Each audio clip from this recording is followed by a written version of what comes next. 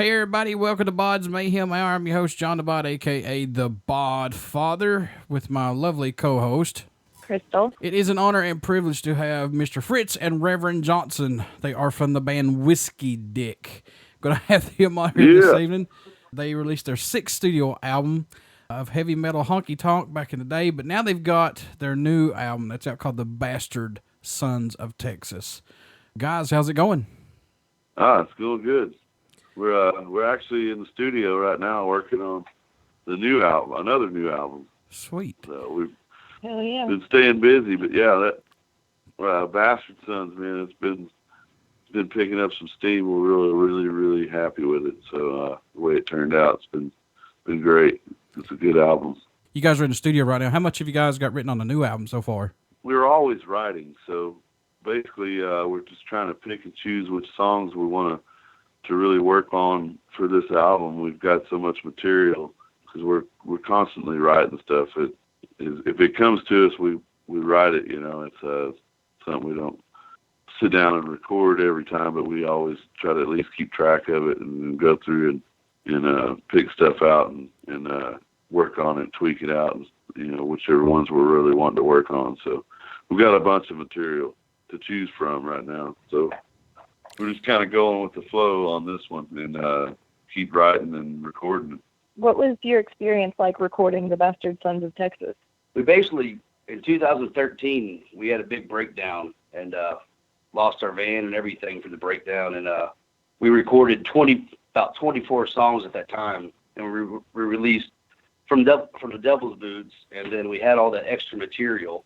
And when we were going to release the next album that we were talking about putting on with Rusty Knuckles, which we did, we still didn't have a name for the album. And then The Bastard Sons of Texas, that's what we've been kind of calling ourselves. You know, the inbred of ZZ Top, Pantera, you know, Buddy Holly, Waylon Jennings, Stevie Ray Vaughan. You mix all that together, and we're pretty much the bastard childs of that. So, and then a theme song came out of it, and we recorded that. But the process was pretty easy. We built our own studio back in 2012. and 2013 we finished it, so we get to do all our recording at home now, which is nice. So there's no pressure at a studio anymore. And we've always done our own recording, but it was in closets and stuff like that, so we don't have to be in closets anymore. We have our own full-fledged big studio. Let's talk about Rusty Knuckles music label. Is this your own label? No, Rusty Knuckles has been around for about a decade now. Okay. And Ralph Miller runs it. And he's a real good independent label for independent bands especially. So he knows the business really well with with the label side. You know, people forget these days, you know, it's not the early 90s and the 80s when labels did booking and gave you tour buses and all this other crap. You know, it's like right now labels, they give you distribution, and if you can get more places for your music to go out and you can get paid, that's what you need as a band. You know, and of course PR work and all that, the inside people. How was working with him on this album? How hard did he push you guys, or did he just let you guys do your own thing and then step in? Or let's talk about working with him on this album. Yeah, he pushed us real well. I mean, we had a game plan. You know, he's a real hard worker, and that's what we liked. He actually flew out to us to meet with us and stuff. So, because we were doing it for so long, you know, we needed to upgrade because we have our own label, but, you know, we wanted to be on another label, see if that would help us, you know, for the future, you know, because people would look at you a little differently. And we're at the point where we needed another person to help us. So with the label, works out good on our end. We came up with a plan how to push it. We did a 6-month slow push to make sure everything's going to be in, and you get all your music to the digital companies and like iTunes and all that, so they can review it. And when the album released, we hit the front page on iTunes New Country Music right next to Alan Jackson. So we were on the top of the page with our new release. So that was pretty awesome. When we lasted, I believe, 6 weeks on the front for new and noteworthy country music. You guys did hold that for 6 weeks. You Right. had the number one spot. So after that, you guys ended up touring the U.S. for like 4 months and then touring Europe for 4 months. So how did you guys feel about your fans in Europe? Oh man, Europe's amazing. Yeah, the people over there, they're just they're hardcore. It could be a Monday at 5 o'clock and you play a show over there and it's packed. Jeez. They're all about the music, but that album has gone over really well overseas.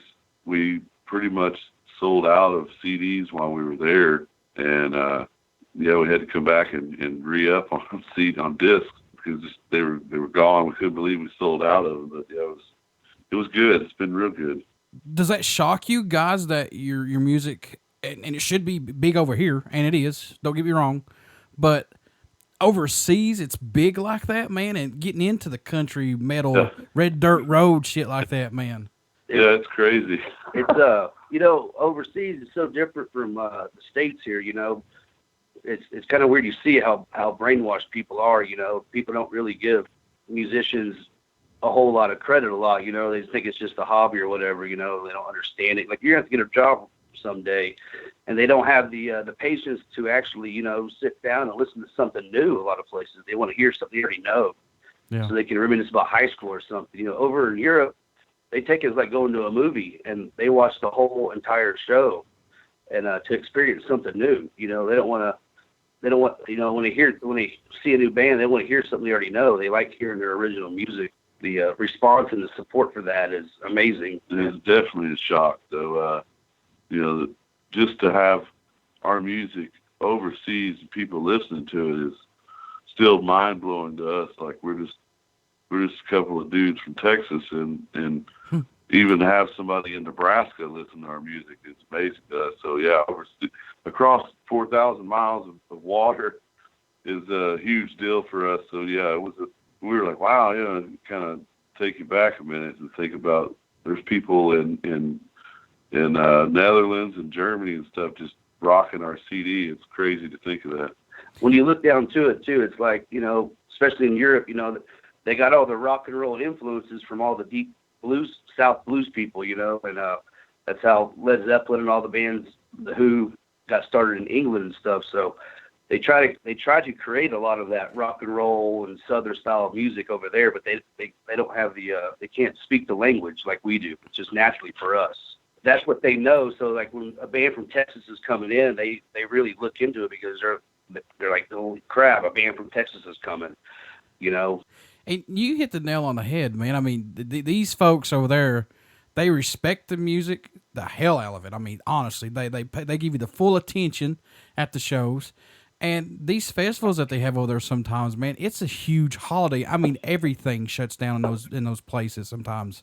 Yeah, and a lot of times the city and the area, they give them money for it. Yeah. To help with the festivals, So a lot of festivals you do are free entry too. The whole community pitches. A whole community pitches in, and it's like, and it's amazing to see that because they think music is a release for people, and it truly is. It's the biggest release. It's the one thing humanity has in common is everybody dances to a certain beat. This is for both of you guys, Fritz and Reverend Johnson. How well do you guys feed off of each other musically and writing? Let's talk about that cohesiveness between you two guys. Yeah, it's some kind of weird, strange bond that we can have. We like live shows, especially. We feed off each other with the emotions of the songs and just like everything from angry to happy to sad. Every emotion we tap in, one of us will tap into, the other one can get right in there with it. And I personally think we're just blessed to have that because a lot of people can't find that, especially in bands. Having another band member that you totally, completely connect with musically, mentally, and emotionally is rare, so we cherish that. But yeah, it just kind of happened, when we started playing music together, it felt right. There was no awkwardness or feeling like, oh, this guy, holding back, or there's no holding back or anything. It's gung-ho with us, so. It's like we're twins, like we already know the next move. We've written a lot of songs just playing live shows too, and like never wrote them down. Yeah. We came up with a song in the middle of a show, and it just kind of happened. And that's happened a lot of times. We've written, I don't know how many songs that we can't remember, but live on stage, just happens. You know, it's just magic. But yeah, there's definitely something about it. It's one of those things you just can't explain. You know, it's like when we jam, it just. I'm sure whiskey has something to do with it. But. You got to get to the spirit world, you know. Shrooms. Yeah, man. Pretty colors. Yeah, pretty colors. Everything sounds good on boomers. Yeah, we're lucky though, because we playing shows with other bands, and we've got a lot of friends out there that are really good musicians, and some of them are fortunate enough to have that connection with somebody else. You know, it's cool to see, and you can really feel it in the music too, I think. Yeah, you can. Especially in the live performances, you know. Right, especially the live, because you're not worried about if he's going to go to the right part, you already know he's going, so you're just able to. Basically, when we jam, we get to play, our wall is completely down, and we're in a zone that our shell is down. Like, no one really understands how deep that goes, but when the show's over, we don't realize we just played a show in front of people. We're done. Like, wow, that was crazy. That was like, we just did that. That's our happiest. That's when we're at our best, is when we're playing, jamming, playing music together. It's everything else kind of goes away, and we get off into another world, and it's like a dream. Yeah. You're like, wow. And then some drunk guy jumps on stage and grabs your mic, it kicks you out of that dream for me. Like, whoa, I'm playing a show. Hey, you just fucked me all up. So yeah, basically, like when we play, we're just in a whole nother world. It's I can't explain it. Like I don't write leads I don't write solos. I just play by the heart, how the feel. So every night's different. We might play some parts longer. We just go with the feel of it. Because we're in some type of a spiritual state when we're playing. So that's pretty cool. What helps you guys to keep your minds open when you're writing new music? One of the things we like to do is we don't pigeonhole, like, we don't say we're going to write this type of song, We'll just write what comes natural to us. And then sometimes we'll scrap something, or sometimes it'll be really good, But we really just kind of write on what we're feeling at the moment. And whatever comes out, we let it come out naturally. So that helps, with our writing, because there's no boundaries, We're not going to say, we need to write a slow, sad country song, or we need to write more of a metal honky-tonk song. Nothing like that. We just, whatever comes to us, we go with it. So that leaves us open for all kinds of options of different styles and types of songs too. So yeah, we just write, what we know. That's how we do it. That's how I do it, personally. That's when I write. Life experiences mostly. It's a lot of times it's how I feel at the moment, yeah. Right now, a lot of songs are about the road, so that's all we've been doing is living on the road and lost women. You know the stories of it. You've heard them in all the songs. Yeah, I lost a lot of ladies before. Lots of drinking songs. I lose a lot of ladies a lot. To all the girls I've loved before. Yep. Are there any songs off the Bastard Sons of Texas album that stand out more to you guys than any off it, possibly? Well, the actual title track is like one of my favorite songs to play live. It's got a really good drive to it, especially live. It's more of the powerful part of our set. So that one I really love to play. But the whole album's really, really good. Yeah. Like One More Day is kind of a story of, like, the first verse is Fritz's life basically on the road, and the second verse is, my life on the road, about having to say goodbye to my woman, and get back on the road. And so that song means a lot to us too. Yeah. And goddamn, I need some whiskey. that song says it all right there. The name of the song. You work your ass off. I think that we can all relate to that. Yeah. Everybody's a month behind and $1 short, so it's the American way, but some whiskey will help that.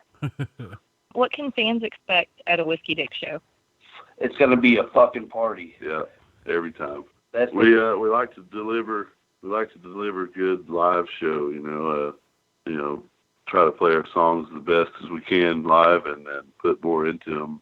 And we like to talk to the crowd a lot too. basically our shows are, it's more like they're up there with us just hanging out, you know.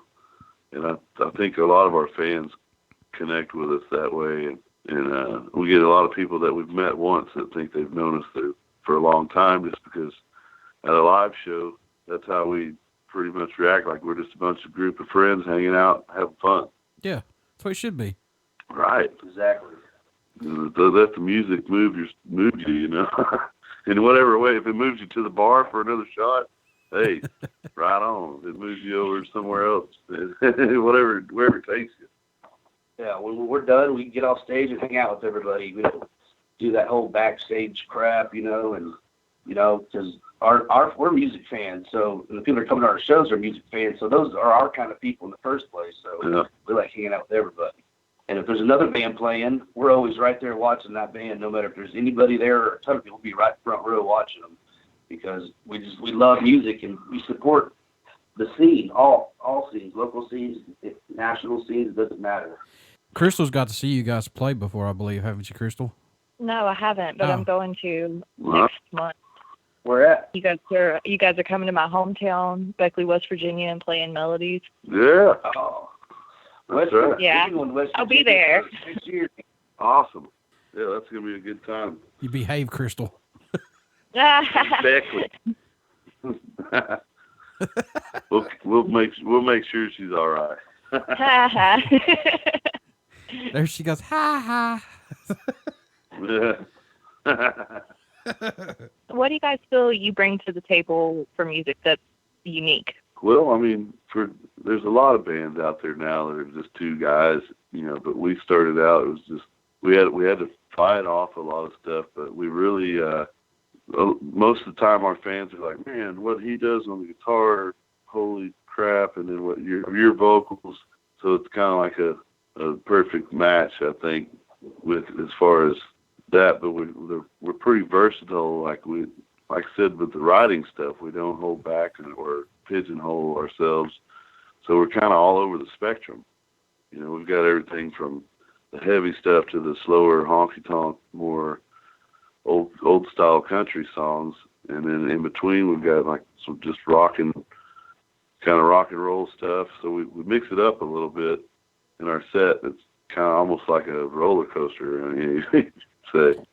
Yeah, well, the unique thing is we bring power to the acoustic side of music. With no drums, no bass. That's just true. The two of us. We like to think, you know, we've been told anyway, that our live performance is pretty mind-blowing to some people just because we don't have drums and bass, but we bring this really full sound with just two acoustic guitars. Yeah. So I think that's our most unique quality, is how full of a sound that we create with just two flat tops and two guys, you know. And we have the metal pedal. Yeah, the metal pedal. Come on. But it's true though. I mean, when you listen to you guys play guitar, and then when his vocals kicks in, you have to pay attention. You have to recognize that and say, "What the hell is this?" I mean, you have to stand there. You have to. Well, thank you for that. Appreciate that. You know, we don't try to go too far into trying to find big words and stuff to sing, and we like writing more for the common man, you know, for the common people just like us. You know, we're simple people, so a lot of our lyrics are more simple so people can understand it. You know, if you switch, you know, big, you know, a word like power to a bigger word that makes no sense to somebody, they won't understand your song. Mm. So we try to keep it simple, and it's all about how it feels. So if it doesn't have the heart and soul, we can't feel it, then that song's not good enough to be laid down. Right. How can we stand behind if you guys can't, you know? Right. Yeah. And we you know, we're pretty hard on that kind of stuff, you know, with us, because I try to be perfectionist, so it takes me months and months and months of mixing and mastering, you know, and you know, I pretty much do all that ourselves, you know. So, and that's probably because of my ADD and a little bit of control freak, you know. I don't think people can understand what sound we're looking for because it's really never been done. So I'm still trying to build it to make our sound even more powerful. How much growth musically have you seen this band go through, guys, from album to album? Well, the cool thing is when sometimes, you go to a bar, someone's playing your music, you forget that you even wrote a lot of these songs. We got 76 originals. So, and you're like, wow. When you listen to each recording, but you can tell a time period, through our lives with each album. And it's pretty, and every album sounds different. And that's what I've always liked about what we do, is every album sounds different from the other. I think it's been a steady rate of progression, for sure. Like from the first album on, as far as the songs and especially the recordings, but the songs themselves, I think, have progressed in the way that we play and the way that I'm using my vocals in songs and stuff. I know I've personally grown and progressed in the writing and performing process for sure. And Reverend's always been a master. he came out shredding, so yeah, he's gotten to where, I mean, we've gone through surgeries and stuff too that kind of thought would set us back, but really we just keep picking up steam. So each album, I think, is a progressive growth myself. That's my opinion. What's the craziest thing that you guys have witnessed while on stage? On stage? Oh, that's a good one. Man, there's a lot. There's some crazy stuff you see out there. We did have a guy wield a knife and stab a bunch of people one time in front of us while we were playing. Holy crap! Holy shit. I had to look over at Reverend, and he was like, "Just keep playing, just keep playing." That one was kind of wild, but we've seen some pretty wild stuff. Yeah, that was early. That was within our first year of playing. That was here in town. Here in town at it was a biker bar. That was pretty crazy. It was wild. Ambulance had to come. People were still dancing though. I was just like, keep playing, because if we stop, our fans will try to break it up. And the bikers, it was their crowd that was doing it, so I knew they would take care of it. So we just kept playing, and they dealt with it. But watching someone get knifed in front of you, a few people get knifed in front of you, you're like, holy crap, that's crazy. I don't like seeing that. Now, this is the thing I think when I think of Texas, bands playing down there and stuff. I keep thinking of the scene from Blues Brothers where they're on the stage with the chicken wire. Have y'all had to do anything like that before? It's been close. We've had some encounters that felt like that whole scene. Oh God! Definitely. But most of the time it's just rowdy, everybody having a good time. I mean, there's been plenty of nudity on stage sometimes, with girls or whatever. We've had that happen. But that's not that crazy. We've seen that before. But guys pissing their pants because they're so drunk in front of them. Yeah, that's happened. We did have a guy pass out in front of the stage, like literally with his hands up, screaming, "Yeah!" and then just fall out completely. So that one was kind of funny, but yeah. That was Krystal. There's been some wild stuff, but most of the time it's just a big party. So, guys, what do you hope the fans take away from your albums or the new album once they start to listen to them and digest the music, man? What do you hope they get from it? If they connect, it's awesome to us, because they connect with one of our songs. So that right there is the biggest payment you can get. Anytime somebody can relate to the lyrics and the music, and it makes them feel a certain way, or we've had a lot of fans tell us that we've helped them get through some rough stuff with some of our songs, and that just means everything to us. So anytime we record a new album, like with this new album we've got coming out, I feel that we have some songs that our fans will connect with even still, which is good. But there's even all the way back to the first album, we've had people connect with our music, and I think that's the biggest thing for us is our songs are pretty much the lives we live. So none of it's fake. So putting ourselves out there, so anytime somebody appreciates or connects with that,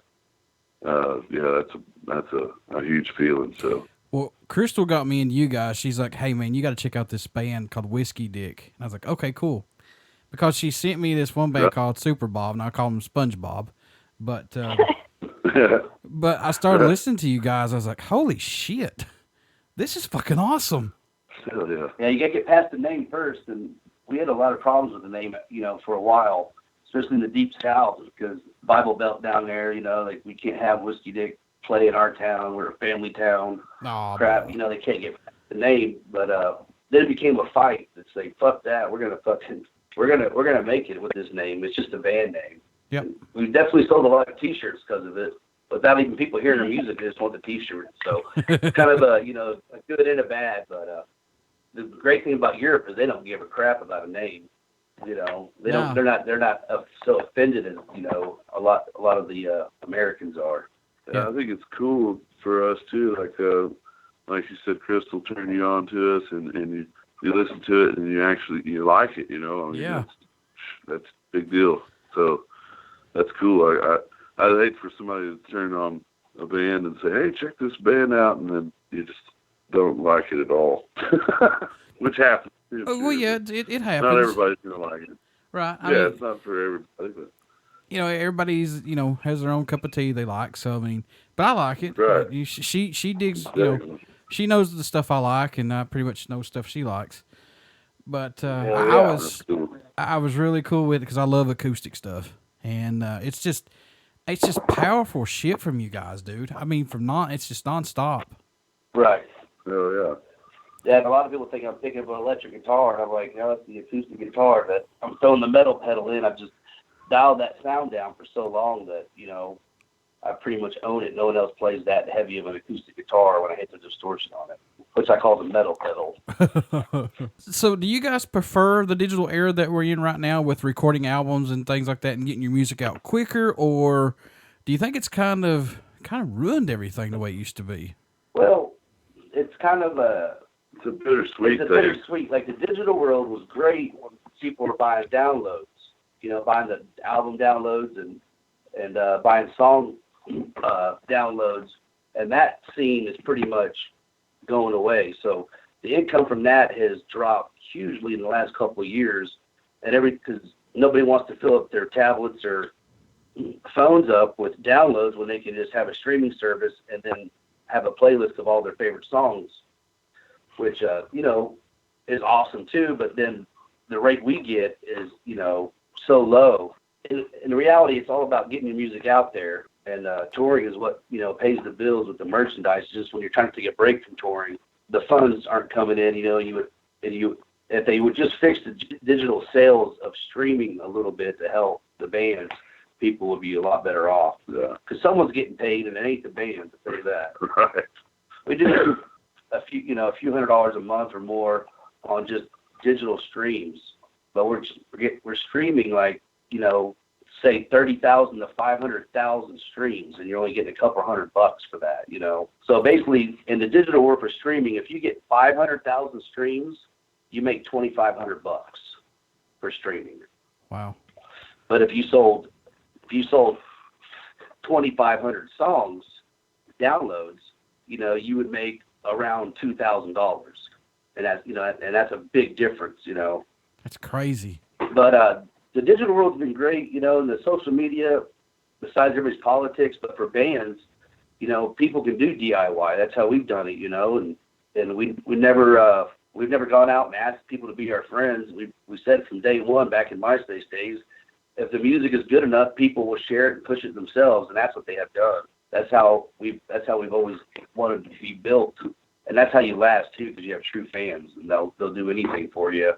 And our fans are our family, so if we ever have a problem, we ask our fans. They're right there helping us out, just like your best friend would. What made you guys each want to become a musician? I think it just that's a crazy question, but it just found me, and I knew from a very young age I just wanted to play music. And being shy and all that, it was hard to get on stage, and it still is. So the whiskey definitely helps cover that up. But it was just something without it, I don't know where I would be. We're lucky to be making a living now for a decade without having a day job.